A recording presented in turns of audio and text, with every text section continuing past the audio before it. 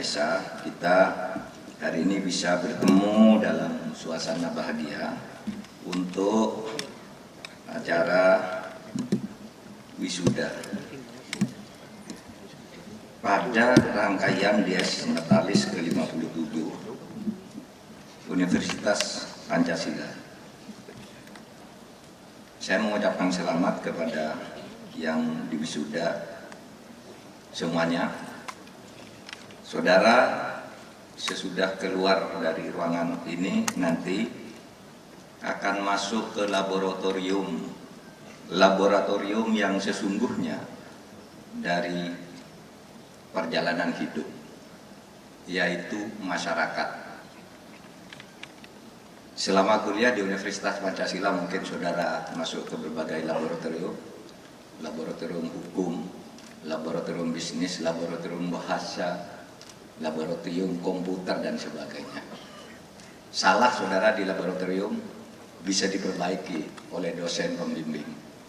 Tapi saudara hati-hati, sesudah ini saudara masuk ke laboratorium yang sesungguhnya. Kalau saudara membuat kesalahan fatal, tidak ada yang bisa membimbing untuk mengulangi ujian lagi. Saya tidak bisa. Kalau lab gagal saya perbaiki. Kalau sekarang dapat nilai C, besok bisa B. Di masyarakat tidak ada. Oleh sebab itu saudara hati-hati, saudara menyandang sebuah predikat sarjana, S1, S2 dan lain-lain. Yang itu semua saudara, sarjana itu adalah predikat keilmuan. Bahwa saudara sarjana S1 hukum, ukuran ilmunya sekian. S2 hukum, ukuran ilmunya sekian. Itu kalau sarjana S1, sarjana S2. Tapi lebih dari itu, saudara itu diharapkan tidak hanya menjadi sarjana. Karena sarjana itu tandanya hanya selembar kertas. Lulus tanggal sekian, ditandatangan oleh Pak Rektor, Prof. Edi, itu sarjana. Tapi lebih dari itu harus menjadi intelektual. Intelektual itu adalah sarjana seperti yang dikehendaki oleh konstitusi kita, yaitu mempunyai kecerdasan di dalam hidup. Maka di dalam Undang-Undang Dasar itu disebut tujuan bernegara itu mencerdaskan kehidupan, bukan mencerdaskan otak. Nah, kalau mencerdaskan otak, melatih otak, rasionalitas, itu saudara sudah punya hari ini, sarjana. Tapi intelektual belum. Karena sarjana itu selain mempunyai kecerdasan otak, juga mempunyai kecerdasan watak. Itulah sebabnya para pendiri negara itu sangat cerdas ketika mengatakan mencerdaskan kehidupan bangsa. Bukan mencerdaskan otak warga negara, bukan. Nah, apa wujud mencerdaskan kehidupan bangsa? Saudara, itu tercantum di dalam pasal 31 Undang-Undang Dasar kita yang sekarang ini, yang mengatakan bahwa pendidikan diselenggarakan berdasar iman, takwa, dan akhlak. Yang didahulukan adalah kecerdasan watak, akhlak.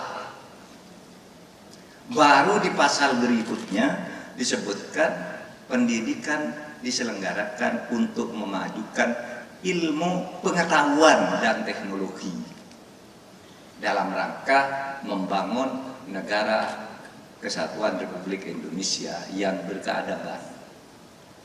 Ilmu pengetahuan dan teknologi itu adalah mencerdaskan kehidupan otak, rasionalitas, sedangkan imtak dan akhlak itu watak. Nah, ini kalau saudara keluar nanti, ya saya punya ijazah sarjana, oke. Saudara sudah terukur ilmunya dari sudut ilmu yang berdasar metodologi, Tetapi saudara sekalian, laboratorium yang ada di depan kehidupan saudara ini laboratorium yang sesungguhnya. Oleh sebab itu banyak orang yang punya kecerdasan otak, tapi tidak punya kemuliaan watak, menjadi destruktif terhadap kehidupan masyarakatnya, tidak memberi kontribusi apapun terhadap kehidupan bangsa dan negaranya. Misalnya kan minta maaf, ada profesor doktor harus ditangkap oleh aparat penegak hukum karena pemalsuan, penipuan, bahkan korupsi. Ada hakim diadili oleh hakim, ada polisi ditangkap oleh polisi. Kenapa itu? Kecerdasan otaknya ada, tapi kemuliaan wataknya luntur, tidak sesuai dengan konstitusi kita, tidak sesuai dengan prinsip kita bernegara. Dasar negara kita, dasar ideologi negara kita yaitu Pancasila. Pancasila itu mengajarkan kecerdasan otak dan watak. Makanya Pancasila itu ada di pembukaan, kemudian diuraikan lagi di dalam undang-undang dasar, di dalam pasal-pasalnya, lalu diatur lagi di dalam berbagai peraturan perundang-undangan. Itu kan otak dan watak yang tadi para pendiri negara kita dengan sangat cerdas, tidak bikin kalimat panjang, pendidikan bertujuan untuk satu ini sekolah gini, tidak, tulis mencerdaskan kehidupan. Nah itu. Nah, saudara sekalian, dies natalis, setiap perguruan tinggi merupakan waktu untuk melakukan kontemplasi. Mengapa universitas ini ada dan untuk apa? Ada tuh tujuannya, apalagi Universitas Pancasila berdiri 57 tahun yang lalu. Ketika kita sedang kuat-kuatnya membangun ideologi kita pada saat itu, sehingga idealismenya pasti bukan universitas ecek-ecek. Itu kan banyak orang mendirikan universitas ya ecek-ecek aja, maksudnya orang masuk terdaftar bulan September sebagai mahasiswa, nanti tahun depan bulan Juni udah keluar ijazahnya. Itu universitas ecek-ecek ada tuh, universitas jual ijazah. Sekarang sudah mulai ditertibkan. Saya tahu Universitas Pancasila itu punya idealisme sendiri, ingin betul-betul melaksanakan tugas dan tujuan kita bernegara, yaitu mencerdaskan kehidupan. Nah, oleh sebab itu, saudara, tujuan Universitas Pancasila ini sudah pasti menjadi rincian lebih lanjut dari tujuan kita bernegara dalam berkonstitusi. Karena kalau kita mencerdaskan kehidupan bangsa, tujuannya apa semua tuh? Kalau tujuan negara kan di dalam Undang-Undang Dasar menjaga integrasi bangsa, ya, melindungi segenap bangsa dan seluruh tumpah darah di Indonesia, mencerdaskan kehidupan bangsa, memajukan kesejahteraan umum, melaksanakan ketertiban dunia. Dan ini dari sini, dari ruangan ini nanti kita bersebar, ada yang apa urusan melaksanakan ketertiban dunia, mungkin nanti akan jadi diplomat seperti Pak Edi Sutomo, menegakkan keadilan mungkin seperti Pak Hatta Ali, bisa bermacam-macam dalam menjabarkan tujuan-tujuan negara itu. Nah, saudara sekalian, kita bersyukur telah diwarisi oleh para pendiri negara Kesatuan Republik Indonesia yang luar biasa kaya. Bahkan ada yang mengatakan kalau Indonesia yang diwariskan oleh para pendiri negara ini kita laksanakan sesuai dengan amanah para pendiri negara yang begitu kompak bersatu, maka setiap saudara ini akan menjadi warga negara yang hidupnya makmur. Maka kata Bung Karno, kita merdeka itu apa? Jembatan emas. Jembatan emas itu menuju ke mana? Menuju Indonesia emas.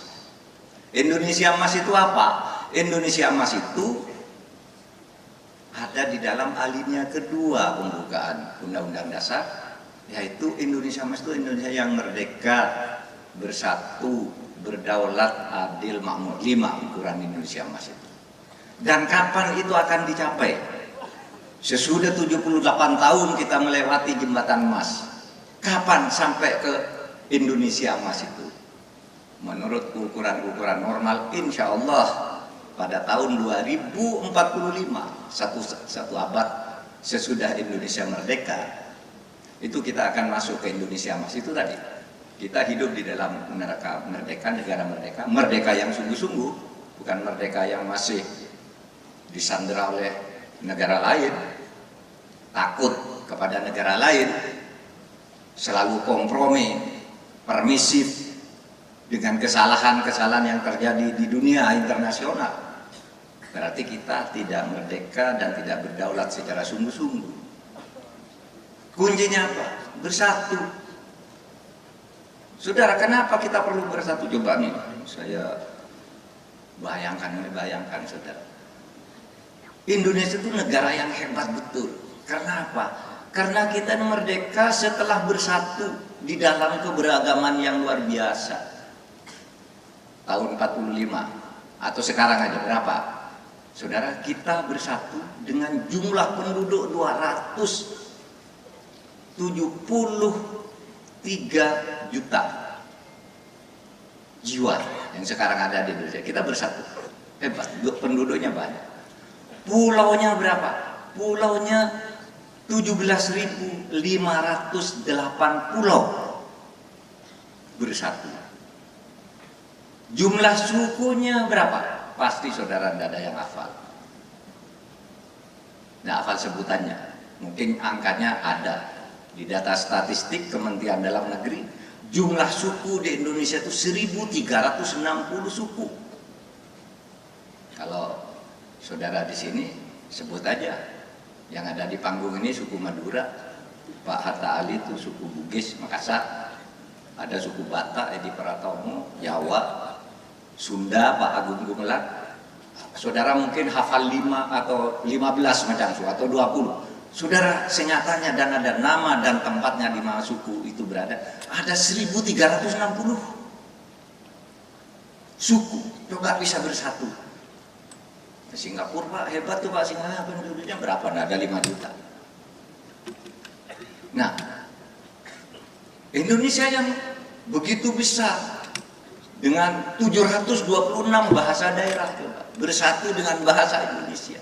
1.360 suku bersatu namanya bangsa Indonesia tanpa menghilangkan ciri-ciri kesuku bangsaan. Kita bersatu dan merdeka. Sudah 78 tahun. Karena begitu banyaknya untuk sampai ke tujuan minimal yang ingin dicapai itu direncanakan tahun 2045. 100 tahun. Nanti sudah mulai kita itu mandiri dengan ukuran-ukuran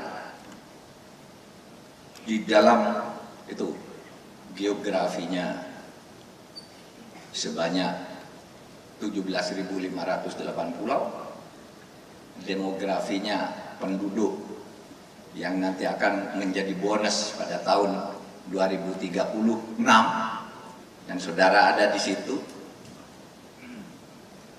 Keberagaman tadi, suku agama yang banyak itu bersatu menuju Indonesia Emas. Itu kita hebat saudara. Ini yang harus kita syukuri dan harus kita jaga dari para pendiri negara ini, yaitu bersatu. Karena coba saudara, saya sering mengutip satu tulisan gini,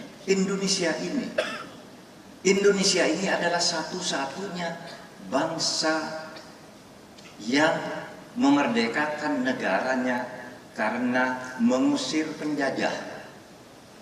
Tidak ada negara lain merdeka mengusir penjajah, itu tidak ada. Australia itu sekarang menjadi negara merdeka, itu diberi oleh Inggris lalu mengusir suku aborigin. Amerika suku India. India itu merdeka, itu hadiah dari Inggris. Hadiah dari Inggris. India yang begitu besar, Dulu bersatu, katanya mau merdeka tahun 47, ayo kita merdeka. Negara Hindia Inggris namanya, kalau kita Hindia Belanda. Inggris itu negara Hindia Inggris, yuk kita merdeka, kata India. Paduka yang mulia di Inggris akan memberikan kemerdekaan kepada kita. Kemerdekaannya diberi India yang begitu besar itu. Tapi kalau kita tidak, kita merdeka sendiri, lalu penjajah akan datang, kita hajar. Selama 5 tahun kita berperang sampai tahun 49. Usir penjajah sampai pengakuan sepenuhnya harus diberikan karena bangsa Indonesia berhasil mengusir penjajah dan bersatu. Sudah bayangkan India ketika akan merdeka mau membangun demokrasi, yuk bangun kita demokrasi. Tapi belum merdeka sudah pecah. Orang Pakistan bilang, Indonesia yang besar, India yang besar, saya setuju kita merdeka dari Inggris. Tapi karena ini demokrasi, maka kami orang Islam di belahan selatan Hindustan ini, kami merdeka sendiri menjadi negara Islam Pakistan. Pecah karena perbedaan agama. Dan perangnya sampai sekarang masih berlangsung. Indonesia tidak. Indonesia bersatu. Yang mau memisahkan diri dihajar dalam bentuk DI, TII, Permista, dan sebagainya. Tidak bisa, kita bersatu. Bisa mengelola kebersatuan itu. Pakistan pecah juga sesudah katanya karena perbedaan agama muncul Pakistan. Itu terjadi tahun 47 bersamaan berdirinya negara India dan Pakistan itu tahun 47. Tahun 71 Pakistan juga pecah. Karena apa? Perbedaan warna kulit dan perbedaan kedaerahan. Orang Bangladesh protes. Orang Pakistan yang ada di bagian barat, kamu bagus-bagus, kulitnya bersih, pakai bahasa Urdu, campur-campur bahasa Inggris. Kami ini yang di timur miskin-miskin, hitam, bahasanya Bengali. Dan kamu bagian barat berlaku tidak adil kepada kami. Maka pada tahun 71 Syekh Mujibur Rahman dari Bangladesh menyatakan kami merdeka, tidak ikut Pakistan.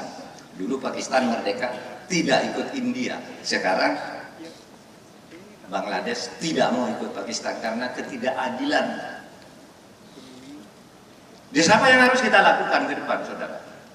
Tidak lain, kalau ingin tetap menjaga negara ini, kita harus bangun nih keadilan dan penegakan hukum. Di mana-mana negara itu hancur kalau hukum tidak ditegakkan dengan benar. Hukum dikolusikan, hukum dibuat alat tipu-tipu. Sudah, Pak Mahfud tuh kok bicara nih kuliah di Universitas Pancasila, ada fakultas ekonomi, teknik, kimia, aku bicara hukum. Hukum itu tidak harus kuliah di fakultas hukum. Hukum itu kesadaran hati kita untuk taat pada kesepakatan-kesepakatan yang dituangkan di dalam aturan yang dipandu oleh para pemimpin-pemimpin kita. Kadang-kala orang, saya bukan orang hukum, nggak ngerti urusan. Gampang hukum itu. Kesadaran hati nurani kita bahwa kita hidup bersama diatur oleh kehidupan bersama yang dikendalikan oleh negara. Oleh sebab itu kita negara dan pejabatnya kemudian tidak bisa melaksanakan hukum dengan baik, berarti dia berkhianat terhadap kehidupan bangsa dan negara ini. Nah, saudara sekalian, saya ingin menyebut beberapa contoh. Ada negara yang kaya raya, sumber daya alamnya, tapi pecah, bahkan jatuh miskin. Tapi ada negara yang tidak punya apa-apa, itu maju luar biasa karena sumber daya manusianya yang disiplin. Coba misalnya nih, Afghanistan itu negara yang kaya akan tambang emas, tapi sekarang bercerai-berai, tidak habis-habis, pemerintahnya masih tidak karuan, diskriminasi terhadap kehidupan. Ini ada putri-putri ini bagus-bagus di Afghanistan ini. Di Afghanistan sekarang perempuan-perempuan tidak boleh sekolah karena paham keagamaan yang jumut. Haram perempuan itu tampil di depan publik. jadi guru, jadi apa, enggak boleh. Masih sini coba Indonesia hebat. Memberi pengajaran agama yang lentur terhadap kehidupan tanpa melanggar aturan agama. Itulah yang disebut wasatiyah. Islam wasatiyah di Afghanistan itu bukan Islam wasatiyah, itu Islam ekstremiyah. Ekstrim. Pemahamannya sangat kolot. Afghanistan ya, punya emas dan litium yang luar biasa. Venezuela punya sumber minyak yang luar biasa banyak, tapi saat ini jutaan penduduknya jatuh miskin.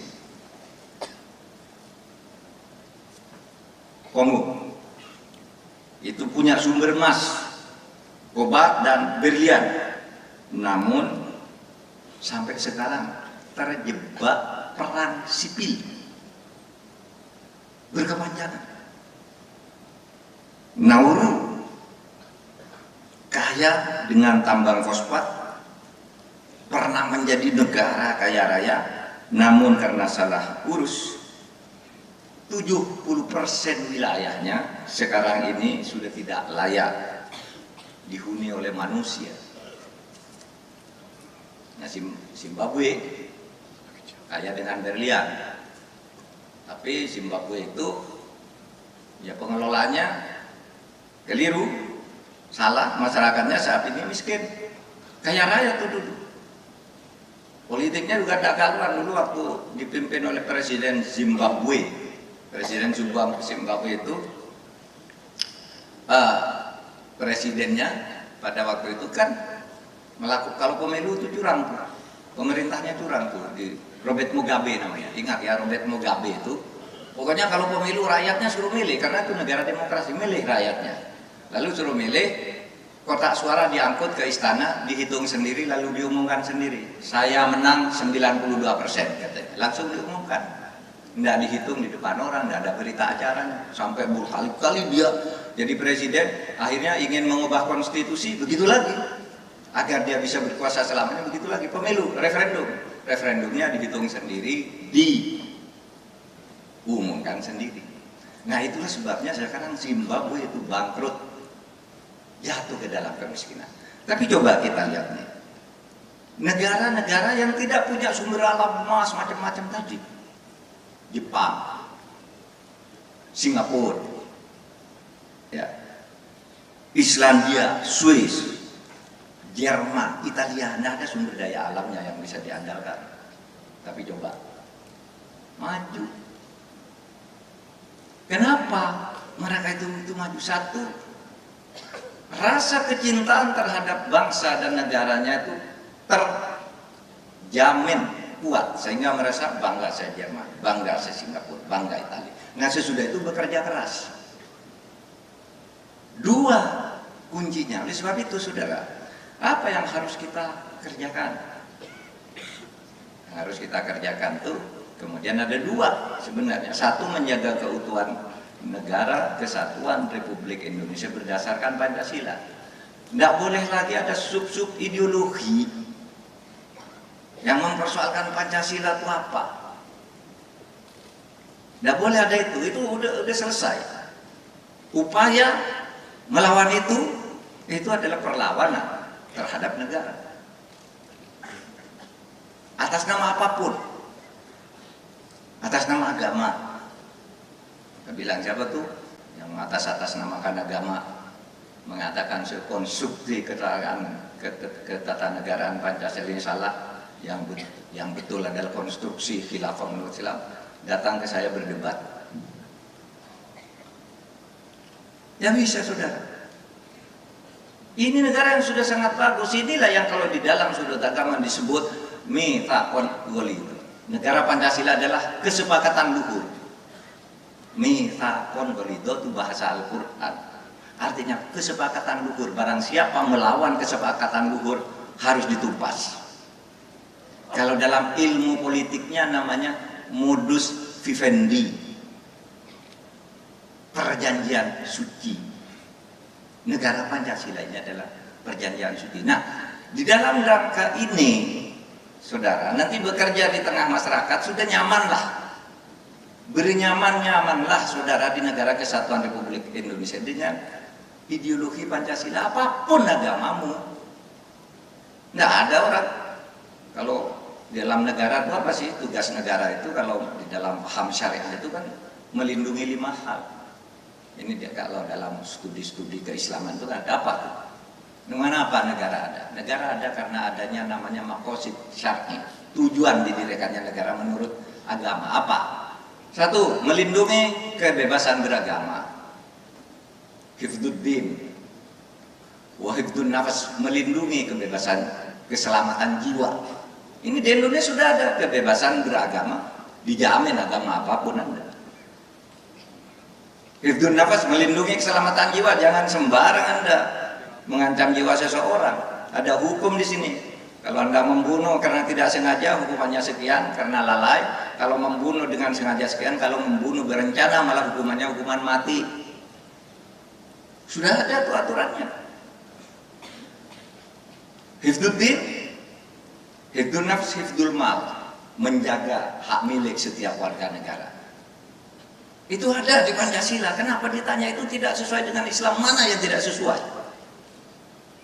Udah ada semua yang dikehendaki oleh Islam tentang negara itu. Sudah ada semua di dalam negara Pancasila ini. Sama dengan yang dikehendaki oleh Kristen, Hindu. Sudah ditampung di dalam negara Pancasila ini.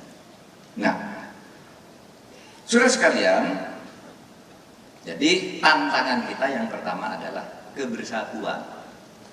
Oleh sebab itu di jiwa saudara, mari bersatu dulu. Saya nyaman di negara kesatuan Republik Indonesia ini. Nah, sesudah itu tantangan yang lain adalah penegakan hukum. Banyak sih tantangan banyak. Saya selalu berkata begini, Indonesia ini apa sih merdeka kok begini loh saudara? Kemerdekaan itu menurut Undang-Undang Dasar 45 adalah berkat rahmat Allah. Alinea ketiga Undang-Undang Dasar itu pembukaan bunyinya begini, atas berkat rahmat Allah yang Maha Kuasa dan dengan didorongkan oleh keinginan luhur supaya berkehidupan kebangsaan yang bebas, maka rakyat Indonesia menyatakan dengan ini kemerdekaannya. Itu alinea ketiga, bunyinya seperti itu, atas berkat rahmat Allah. Nah, oleh sebab itu jaga. Kalau kata berkat itu, ya, berkat itu sesuatu yang selalu memberi manfaat, memberi kegembiraan, itu namanya berkat. Rahmat itu artinya kasih sayang dari Tuhan kepada kita agar kita nyaman hidup ini. Itu diberikan di Indonesia. Caranya bagaimana menjadi berkat rahmat? 1, bersatu. Negara Kesatuan Republik Indonesia dengan ideologi Pancasila. Lalu yang kedua, mengelola negara ini dengan penegakan hukum dan keadilan. Saudara, ini persoalan kita yang paling besar. Sudah lama kita ini ingin mencanangkan pemberantasan korupsi. Pemberantasan korupsi itu bukan hanya zaman kita. Sejak zaman Orde Lama juga sudah dibentuk tim-tim untuk menghancurkan korupsi. Pada tahun 71 dibentuk Undang-Undang Nomor 3 tahun 71, korupsi masih banyak juga. Lalu kita reformasi sampai sekarang korupsi masih banyak juga. Itu persoalan apa? Karena yang dibina itu otak. Bukan kemuliaan watak, tapi otak. Nah, ketika otak itu hebat, itu orang nipu orang itu gampang. Mau mencari pasal hukum untuk membenarkan orang yang salah asal bayar. Orang yang benar dihukum asal juga dibayar. Hakimnya, jaksanya, polisinya oleh musuh bisa. Apa bisa, Pak? Bisa, orang saya ini hakim. Saya ini jadi hakim 5 tahun. Tahu ya, mengalahkan saudara yang sebenarnya benar, saya hukum saudara bisa, saya cari pasalnya. Sana yang salah, saya bebaskan bisa, saya cari pasalnya. Kalau pendidikan itu tidak merasuk ke watak, kalau hanya di otak. Itulah hebatnya para pendiri negara kita, mendirikan negara ini. Nah, dia mengatakan, Pak Atta, berkat rahmat Allahnya di mana? Indonesia ini banyak orang miskin. Enggak. Ini saudara ini bisa ada di sini semua nih, ada profesor dan sebagainya. Itu karena berkat rahmat Allah kemerdekaan. Ada bisa jadi jenderal, Agung Gumelar, Komjen, siapa Pak Komjen?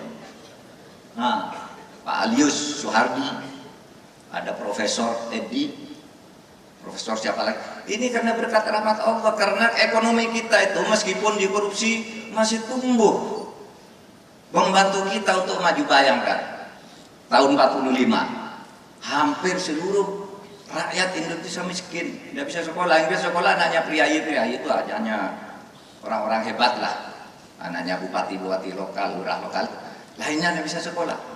Tapi begitu, dan orang miskin pada waktu itu dipastikan lebih dari 95%. Merdeka tahun 45, tahun 66 Bung Karno jatuh, berapa jumlah orang miskin?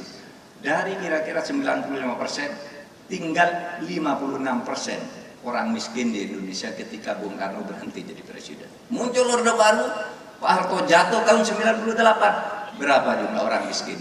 Tinggal 18%.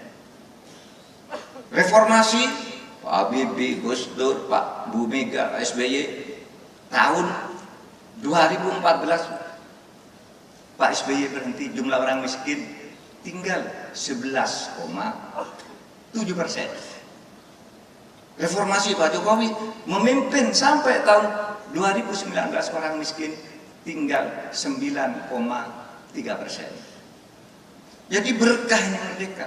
Sekarang orang miskin tinggal sedikit, karena kemarin ada Covid naik lagi menjadi 9,7. Nanti ke depan tinggal berapa lagi sampai akhirnya Indonesia Emas 2045 itu bisa kita capai. Itu saudara. Maka jagalah berkat rahmat Tuhan yang Maha Kuasa terhadap negara ini, ya, dengan tetap berdisiplin, menjaga kebersatuan kita, toleransi di dalam keberbedaan, kemudian tegakkan hukum, jangan korup. Ingat bahwa Anda harus menjadi intelektual, bukan hanya menjadi sarjana. Tujuan negara kita mencerdaskan saudara, itu adalah bukan hanya otak saudara, tapi juga watak saudara, sikap-sikap rohaniah saudara. Itu yang dikehendaki oleh para pendiri negara. Saudara sekalian, selamat lulus dari Universitas Pancasila ini. Saudara akan menjadi gelombang baru dalam pembangunan bangsa dan negara. Mudah-mudahan dalam 10 atau 15 tahun yang akan datang sudah ada di antara saudara ini yang menjadi menteri, menjadi hakim agung, menjadi apa gitu. Kira-kira 15 tahun saudara sudah masuk ke etalase kepemimpinan Indonesia di berbagai sektor, baik di pemerintahan maupun swasta. Selamat Dies Natalis yang ke-57. Assalamualaikum warahmatullahi wabarakatuh. Waalaikumsalam warahmatullahi wabarakatuh. Sekali lagi aplaus yang meriah untuk Profesor Mahfud MD.